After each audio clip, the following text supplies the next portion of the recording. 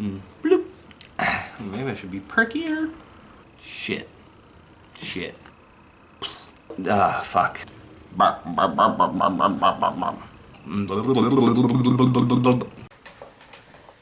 Oh, well, hello. My name's Addison, and I'm a huge fan of comic books.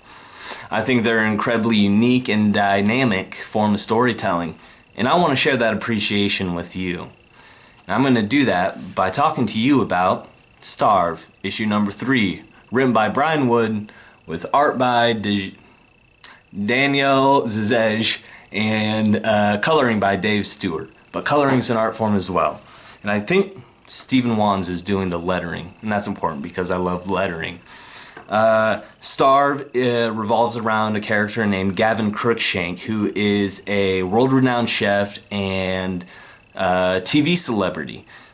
He is the creator of the TV show called Starve, which is an Iron Chef, competitive cooking sort of thing.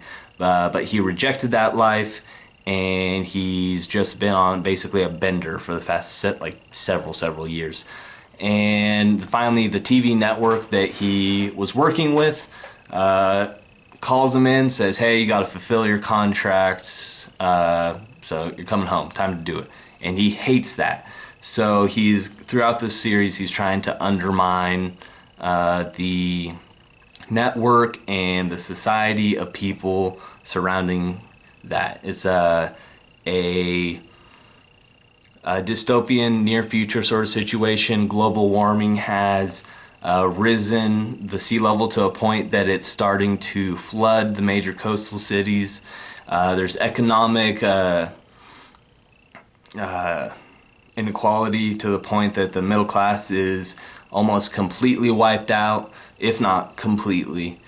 And Starve and Gavin was all part of this whole upper class society that is just full of gluttony and excess and just like no appreciation for like real life, I guess.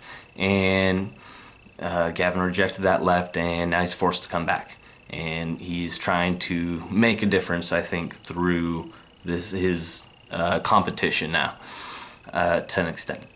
But anyway, issue number 3 here, there's 3 big things that I like to talk about when reading a comic book.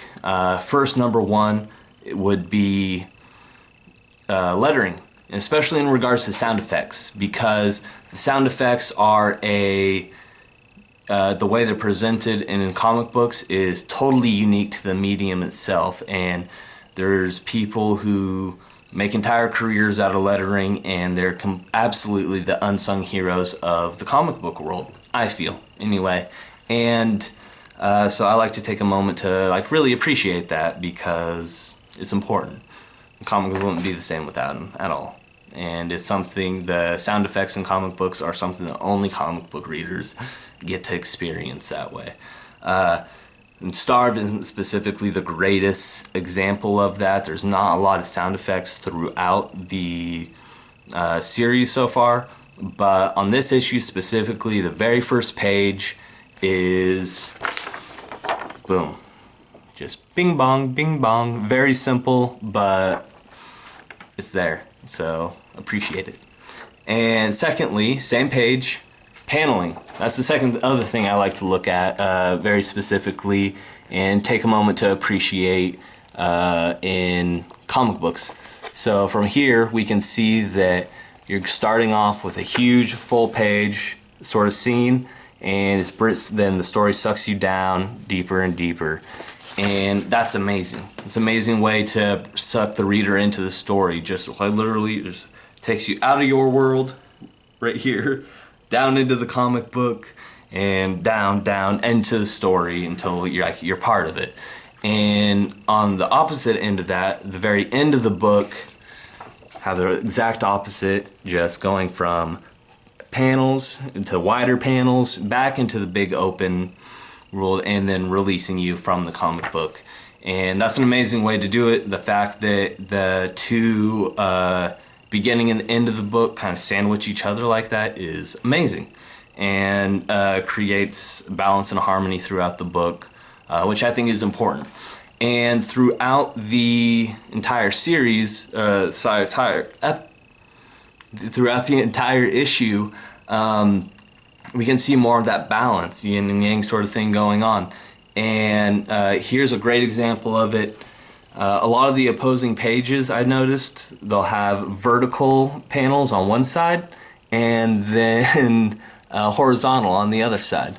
And there's a lot of times also when that doesn't kind of work out like that, but when that does happen, for example, on the very next page, we have, you know, again, that balance going with open to panels and panels to open. And that's great. That's just craftsmanship. It's amazing. Thirdly, I like to discuss color. And you can see that right here. Again, very stylized artwork. Going with the coloring on this. This is Dave Stewart's work.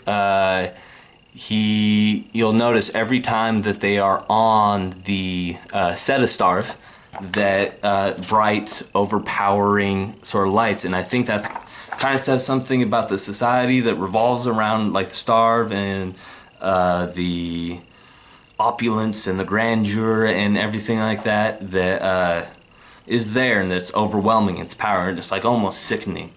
And same thing with Gavin.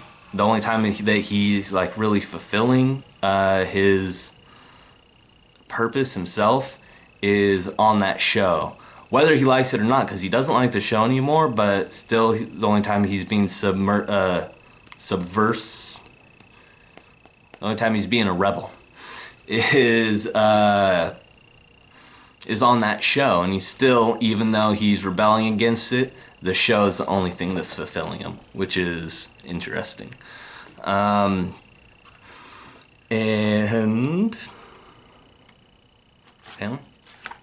But like in contrast to the Starve set, here's like everything else, very subdued colors and everything like that, which is again just amazing craftsmanship.